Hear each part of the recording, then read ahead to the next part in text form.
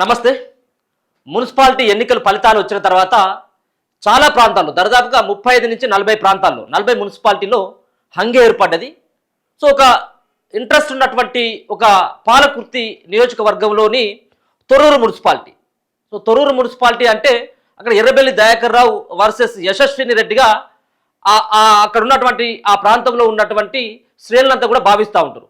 So ముఖ్యంగా వాళ్ళ మనవరాలు ఏజ్ ఉన్నటువంటి యశస్విని రెడ్డి చేతిలో ఎర్రబెల్లి దయాకర్ రావు మొన్న జరిగినటువంటి ఎమ్మెల్యే ఎలక్షన్స్లో ఓడిపోయాడు.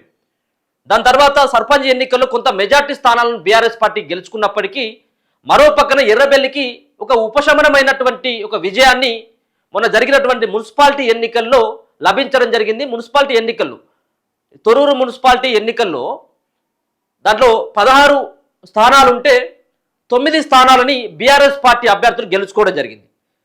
7 మాత్రమే కాంగ్రెస్ పార్టీ గెలిచింది. అందరూ ఏమనుకున్నారంటే తొర్రూరు మున్సిపాలిటీ బీఆర్ఎస్ పార్టీ ఖాతాలో పడ్డది అని చెప్పేసి అందరూ కూడా డిక్లేర్ చేయడం జరిగింది. కానీ అసలైనటువంటి ట్విస్ట్ ఇప్పుడే మొదలైపోయింది. ఎందుకంటే ఆల్రెడీ రేపు చైర్మన్ల ఎన్నిక ఉన్నది. సరే, మొన్న జరిగినటువంటి ఆ ఫలితాలు వార్డులకు సంబంధించినటువంటి ఫలితాలు మాత్రమే. ఉన్నటువంటి 16 వార్డుల్లో ఏ పార్టీకి చెందినటువంటి వాళ్ళు ఎన్ని గెలిచింది అన్నటువంటి రిజల్ట్స్ మాత్రమే. ఇప్పుడు గెలిచినటువంటి వార్డు మెంబర్లు మేయర్, చైర్మన్, వైస్ చైర్మన్ ఎన్నుకోవాలి. కాబట్టి చైర్మన్, వైస్ చైర్మన్ల విషయంలో చాలా తిరకాస్తులు ఉన్నాయి. ఇప్పుడు మరి 9 గెలిచింది కదా బీఆర్ఎస్ పార్టీ కదా అక్కడ అంటే లేదు, అట్లా అసలే కాదు. ఇప్పుడు తొర్రూరు మున్సిపాలిటీ సైతం కూడా అది కాంగ్రెస్ పార్టీ ఖాతాలో పడేందుకు రంగం సిద్ధం చేసుకుంది కాంగ్రెస్ పార్టీ అధిష్టానం అంతా. ఎట్లా అనేది కూడా మీకు చెప్పేటువంటి ప్రయత్నం చేస్తా. సో ఒకసారి కనుక చూసుకున్నట్టయితే ఉంటే తొర్రూరులో మొత్తం 16 వార్డులు ఉంటే దీంట్లో కాంగ్రెస్ పార్టీకి వచ్చినటువంటి సంఖ్య కేవలం 7 మాత్రమే. అంతేకాకుండా బీఆర్ఎస్ పార్టీకి వచ్చింది 9. సో 9, 7, 16 అయిపోయినాయి. కాబట్టి ఒరిజినల్గా అక్కడ బీఆర్ఎస్ పార్టీ చైర్మన్ కావాలి, వైస్ చైర్మన్ కూడా మ్యాక్సిమం వాళ్ళే అవుతారు.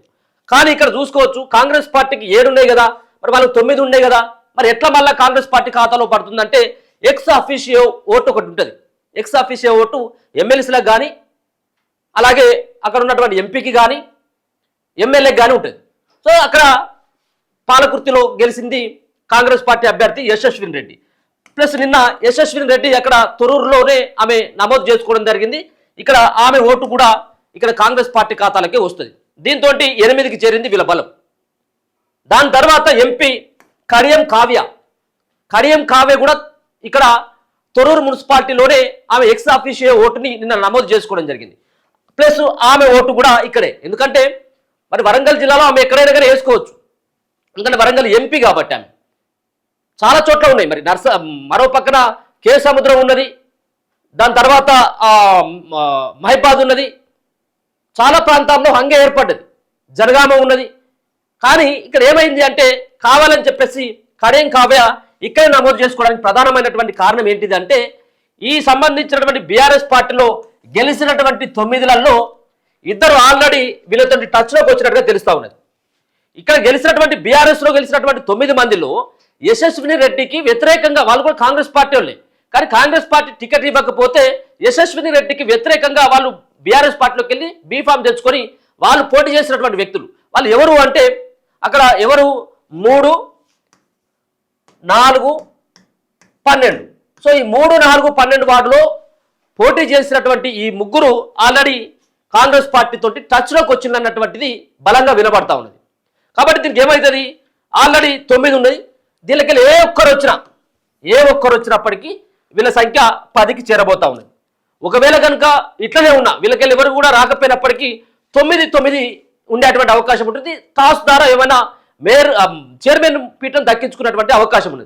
కానీ ఎట్టి పరిస్థితుల్లో ఈ యొక్క తొర్రూరు మున్సిపాలిటీని కాంగ్రెస్ పార్టీ ఖాతాలో వేసుకునేందుకు పకడ్బందీగా ప్లాన్ చేస్తూ ఉన్నారు. దానికి ఉదాహరణే గతంలో జరిగినటువంటి సర్పంచ్ ఎలక్షన్లో అక్కడ కాంగ్రెస్ పార్టీ బొక్కబోర్ల పడ్డది. దాంతో యశస్విని రెడ్డి కానీ ఝాన్సీ రెడ్డికి ఇప్పటికే ముఖ్యమంత్రి రేవంత్ రెడ్డి క్లాస్ పీకినట్టుగా తెలుస్తుంది. దాని తర్వాత ఎర్రబెల్లి ప్రాతినిధ్యం వహించేటువంటి ఎర్రబెల్లి కంచుకోటగా చెప్పుకున్నటువంటి ఏదైతే పాలకుర్తి నియోజకవర్గం ఉందో పాలకుర్తి నియోజకవర్గంలో బీఆర్ఎస్ పార్టీ ఏ విధంగా కూడా బలపడవద్దు. కాబట్టి రేవంత్ రెడ్డి దీనిపైన ప్రధానమైనటువంటి దృష్టి సారించడం జరిగింది. అంతేకాకుండా ఈ తొర్రూరు అంటే వరంగల్ ఉమ్మడి జిల్లాకి ఇన్ఛార్జ్ మంత్రిగా ఉన్నటువంటి పొంగులేటి శ్రీనివాసరెడ్డి ఇక్కడ తీవ్రమైనటువంటి ప్రయత్నాలు చేసిండు. తొర్రూరు మున్సిపాలిటీ కాదు, వరంగల్లో ఉన్నటువంటి జనగామ కానీ మిగతాయి కూడా అక్కడ కూడా ప్రచారం చేసినప్పటికీ ఈ రెండిట్లలో హంగే ఏర్పడ్డది. అందుకనే నేరుగా పొంగులేటి శ్రీనివాసరెడ్డి రంగంలోకి దిగి నయానో భయానో అంటే ఇస్తేనేమో పైసలు లేకపోయినట్లయితే 10,000 తీసుకొని కానీ ఆ మున్సిపాలిటీ మాత్రం తమ ఖాతాలోనే పడాలన్నటువంటి ఒక పకడ్బందీ ప్రయత్నాలు అయితే చేస్తున్నట్టుగా స్పష్టంగా అర్థమవుతా ఉంది. రేపు ఏం జరగబోతుంది అన్నటువంటిది ఒక ఉత్కంఠ మాత్రం తొర్రూరు మున్సిపాలిటీలో స్పష్టంగా అది కూడా కనబడతా ఉన్నది. ఇక అంతేకాకుండా ఇక్కడ కడియం కావ్య విషయంలో చెప్పుకోవాల్సినటువంటి అంశం ఏంటిదంటే ఈమెకు గణపూర్ వాళ్ళ నాయనది కూడా ఎమ్మెల్యేగా ఉన్నాడు. అక్కడ అది అవసరం కూడా పడలేదు. గణపురంలో మరి 20 వార్డులు ఉంటే అక్కడ ఏకపక్షంగా కాంగ్రెస్ పార్టీ కొట్టేసింది. 13 స్థానాలు కాంగ్రెస్ పార్టీ కొట్టేసింది కాబట్టి ఆ ఖాతాలోకి వెళ్ళిపోయినాయి. కావ్య ఎప్పుడైతే ఈ యొక్క తొర్రూరు మున్సిపాలిటీలో ఎక్స్ అఫీషియో ఓటుగా నమోదు చేసుకుందో అప్పుడే అర్థం చేసుకోవచ్చు మనం కాంగ్రెస్ పార్టీ ఖాతాలోకి తొర్రూరు మున్సిపాలిటీ చేరబోతుంది అనేది స్పష్టంగా అర్థమవుతా ఉన్నది. సో ముఖ్యంగా ముగ్గురు కూడా ఆల్రెడీ ఈ పార్టీలోకి వచ్చేందుకు సంసిద్ధమవుతా ఉన్నట్టుగా స్పష్టంగా అర్థమవుతా ఉన్నది.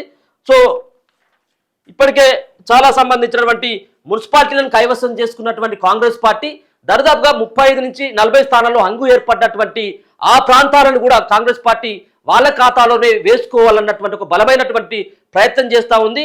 హంగు వచ్చినటువంటి దాంట్లో ఎట్టి పరిస్థితుల్లో వదలకూడదు, హంగు ఉన్నటువంటి అన్ని మున్సిపాలిటీలు కాంగ్రెస్ పార్టీ ఖాతాలోనే వేయాలి అని చెప్పేసి నిన్న ముఖ్యమంత్రి రేవంత్ రెడ్డి సైతం కూడా ఆయా సంబంధించినటువంటి జిల్లాల యొక్క మంత్రులతోటి సమీక్ష సమావేశాన్ని ఏర్పాటు చేసి ఇదే అంశాన్ని వాళ్ళకి ప్రస్తావించడం జరిగింది. ఏదేమైనప్పటికీ కూడా రానున్నటువంటి ఎన్నికలు కూడా చాలా కీలకంగా ఉన్న ఎంపీటీసీ అండ్ జడ్పీటీసీ ఎన్నికల్లో ఇప్పుడున్నటువంటి ఈ మున్సిపాలిటీలను కనుక మన ఖాతాలో వేసుకున్నట్టయితే ఇది రేపు భవిష్యత్తు ఎన్నికలలో చాలా కలిసి వచ్చేటువంటి అంశంగా ఉంటుంది. కాబట్టి చేజారకుండా మనం అధికారంలో ఇప్పుడు మనం ఉన్నటువంటి మున్సిపాలిటీలని అలాగే కార్పొరేషన్లని కూడా ఎక్కడ కూడా అవకాశం దొరికినా ఏ ఒక్కటి కూడా వదలొద్దు అనేది ముఖ్యమంత్రి రేవంత్ రెడ్డి కీలకమైనటువంటి ఆదేశాలు జారీ చేసినటువంటి ఈ సందర్భంలోనే ఇగో ఇది ఇక్కడ జనగామ సంబంధించినటువంటి జిల్లా అయినటువంటి ఈ యొక్క తొర్రూరు మున్సిపాలిటీ ఏదైతే ఉందో తొర్రూరు మున్సిపాలిటీలు కూడా చాలా కీలకమైనటువంటి పరిణామం అని చెప్పుకోవచ్చు. ఇక ఎప్పుడైతే 9 స్థానాలని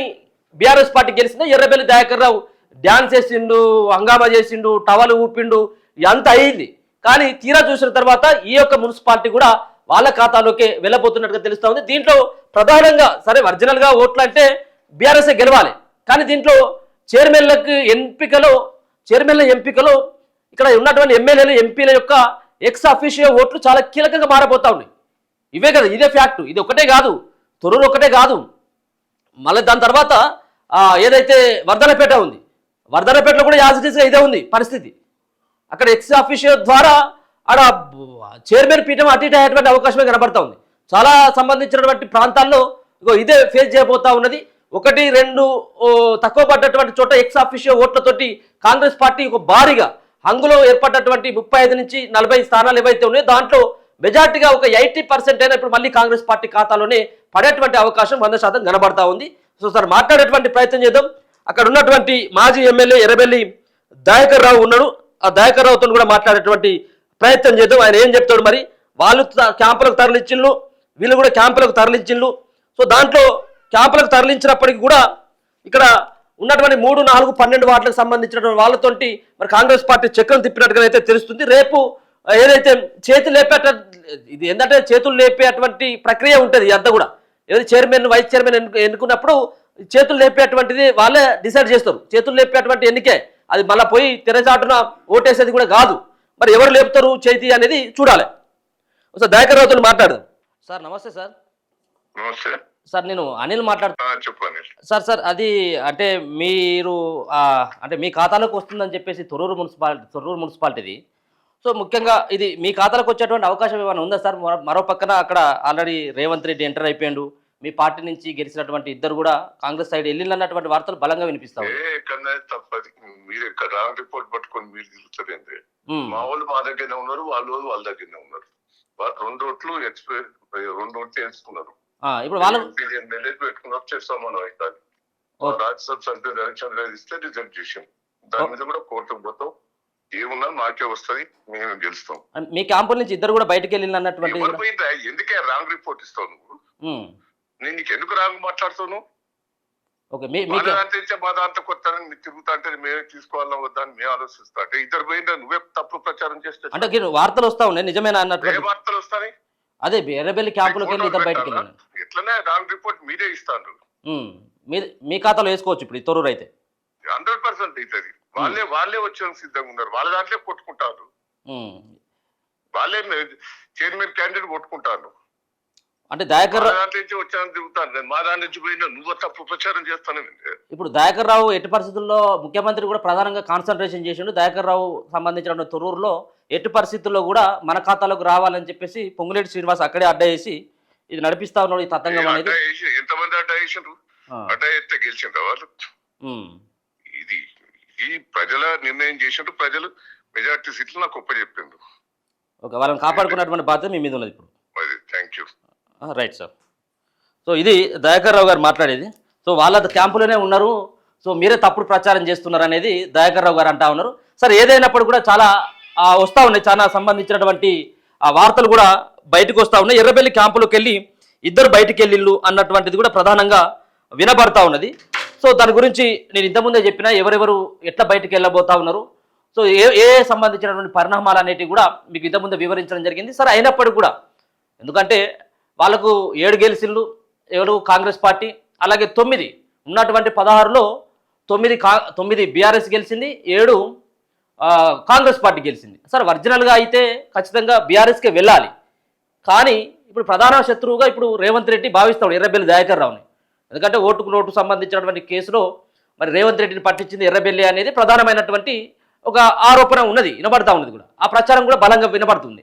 కాబట్టి ఎర్రబెల్లి సంబంధించినటువంటి అడ్డాలో ఒకరు కూడా ఆయన ఖాతాలోకి వెళ్ళకూడదు, బీఆర్ఎస్ పార్టీని ఎట్టి పరిస్థితుల్లో భూస్థాపితం చేయాలన్నటువంటి లక్ష్యంతో రేవంత్ రెడ్డి ఉంటాడు. కాబట్టి నిన్న జరిగినటువంటి సమీక్ష సమావేశంలో కూడా పొంగులేటి అక్కడ లేడు. పొంగులేటి మొత్తం అంతా వరంగల్ జిల్లాలోనే తిష్టా వేసి హంగు ఏర్పడ్డటువంటి మున్సిపాలిటీలు ఏవైతే ఉన్నాయో వరంగల్ జిల్లాలో మెజార్టీగా ఒక ఉమ్మడి వరంగల్ జిల్లాలో గన్పూరు అండ్ మరో పక్కన నర్సంపేట, పరకాల వీటిలో మాత్రమే కొంత మెజార్టీ కనపరిచింది అన్ని కాంగ్రెస్ పార్టీగా. మిగతా చోట్ల అన్నిట్లలో మరి హంగే ఏర్పడ్డది.